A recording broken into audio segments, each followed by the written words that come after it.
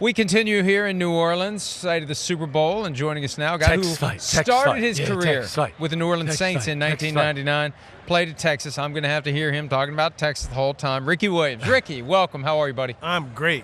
Great. Ricky is definitely one of the biggest reasons I went to the University of Texas. I remember. Ricky was like, I was thinking about Texas, but my senior year in high school was the year he won the Heisman. So I was like, man, Texas, are they going to be good enough and all that? And Ricky, because of what he was doing, everybody, people like me were like, I want to go to Texas. It looks kind of cool. So this is one of my all-time faves right here. It's my guy. My guy. So he's the one to blame. Yes, all the Texas fans can blame and go, really why did that damn Jersey kid come down blame here? Ricky. It really is my man. It's all your fault. It is, yeah.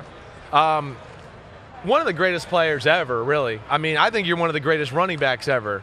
Do you ever wonder where your career might have gone or been if you didn't hit a few road bumps here and there? All the time. Yeah. All the time. Yeah. Yeah. And sometimes it's a positive feeling, and sometimes I wonder if I would still be in such good health. Right, you know? okay. I carried the ball a whole lot, and at that point I had to learn how to take care of my body. It wasn't until I took the year off that I learned how to take care of my body, and it allowed me to play another 8 years. Yeah, right. Yeah, 383 carries in 2002, 392 carries. 392 carries in a 16-game Actually, season. the most important number is that first year when I had less carries, I averaged 4.7 yards a carry. Yeah.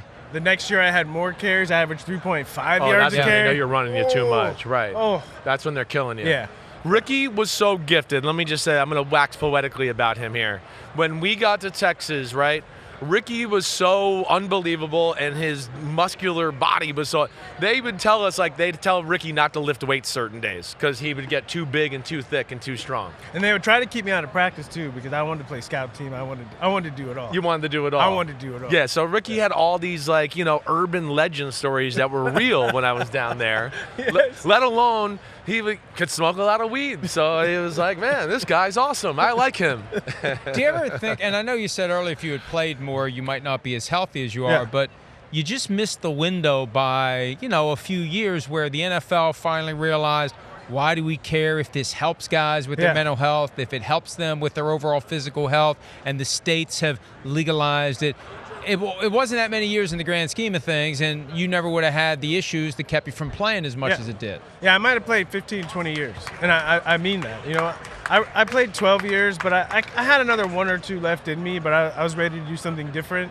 And I think if I learned what I learned later in my career, how to take care of my body, I think I could have played for a really long time. What do you look at right now? I mean, the running back's back in vogue. I don't know how much you watch, NFL Sundays and all that. Yeah. But, Saquon Barkley, Derrick Henry, what they're doing. What's the current state of the running back position to you? I think the talent is there, obviously, but it comes down to the coaching staff. It comes down to a head coach saying we're going to commit to the run. Right. And that means we're going to get the guys up front that can block, and we're going to call the run, and we're gonna spend time in practice on really mastering these run plays and this scheme. And the Eagles have done it even before they got Saquon. They were doing it. They had Saquon, and we saw what happened. Is he the guy that impresses you the most now? People were asking me the past couple years about running back market being down, and I said, I get why it's down. We see what happened with Christian McCaffrey this year. Is running back staying healthy consistently? It doesn't really happen. Right. But when you have a star player and they do stay healthy, it can make a huge difference in the season. Definitely. What do you remember the most about being drafted by the Saints? It was one of the worst days of my life. Yeah. Well, because, I thought I'd earned the right to be the first pick, and the Browns were coming back as an expansion team, and I thought, me and the dog pound, it was like a perfect fit. Right. And then they took Tim Couch. And then I was like, Andy Reid, I'm going to go play for the Eagles, and they took Donovan McNabb. I knew since he was going to take Akili, and then I was like, all right, I can play with Peyton for the Colts, and then they took Edgerrin. Right. And so I was sitting there, I was like, damn, I'm not even the first running back. So I was in shock. I was in a daze, and then Ditka made the big trade, and I was still butthurt that I slid Yeah, all the fell way to, down. That I slid all the way The to number 5. Yes. Seriously. Yeah. But I mean, yeah, I understand when you are who you are, the I was greatest at running Texas, back. and they told me I was the best ever. Yeah, you're the greatest running back in the history of college football at that point. I get it. I remember being shocked. Like, Edgerrin James? What? Yeah. I mean, he's in the Hall of Fame now, so yeah. Coach, yeah, he's Coach good. made it, We know that. Yes, right, yes. right. I would have loved to have played with Peyton. Yeah. I do. I'd say as far as my career and my numbers, I think if I was playing with Peyton, I probably wouldn't have been smoking so much. Yeah, he would have got you straight. What's your best Ditka story? Best Ditka story, I have two.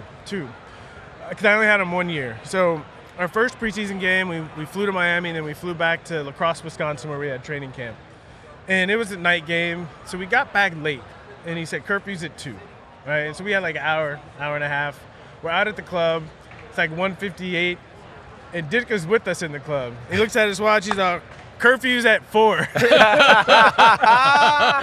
That is amazing. Yeah. And the other one was, in my rookie year, there was a popular song called the Thong Song. Right. Nope. Thong, Yes, exactly. Yeah. And Ditka was giving us like the training camp lecture about attire in the dining hall. And he was like, no thongs in the dining hall. And he meant flip-flops, but the song was out, so we all got a kick. That's really good. Did he even understand when you He had guys no laughed? idea. He had no idea. He probably still doesn't know. Yeah. All right, well, let's hear. What are you here for healing the gridiron? Yeah, healing from the gridiron. It's my story, but it's me taking 8 guys through kind of my healing process and taking layers off. Because to me, is if you want to be successful while you're playing, you got to be able to recover. But if you want to be successful in life, you got to find a way to get all that trauma off mental, physical, emotional, off your body. Right. Yeah. Sticks with your body. It sticks with your body. And I know, like me, like I learned to code. I started a couple of businesses, and there's so many things that I'm able to do that I see a lot of the guys I play with, they don't have the energy because it's all tied up in their bodies. I hear that. I subconsciously think I'm not right sometimes because like of my spleen injury, and like I have to think sometimes about bending over because I'm like, ooh, my back might go, and I go, it's like a stress in my life all the time. I think you're not right for many different reasons. How dare you? Matt. Get out of here. And it's healing-from-the-gridiron.com. You can learn more there. You know, football players, guy, we just keep on going. So this is a week where guys get to relax and receive like 4 hours of body work a day. And with those 4 hours of body work, they become more aware of their spleen or these old injuries, right? And it allows them to resolve a little. Yeah. So I hear you. Yeah, I'm looking forward to guiding these guys through the It's process. right up your alley. All right, Ricky, thank you. Man. Congratulations on your career. Congratulations on your work now, and we appreciate some of your time. We'll be back with more from New Orleans. Yeah, Texas fight. Texas fight.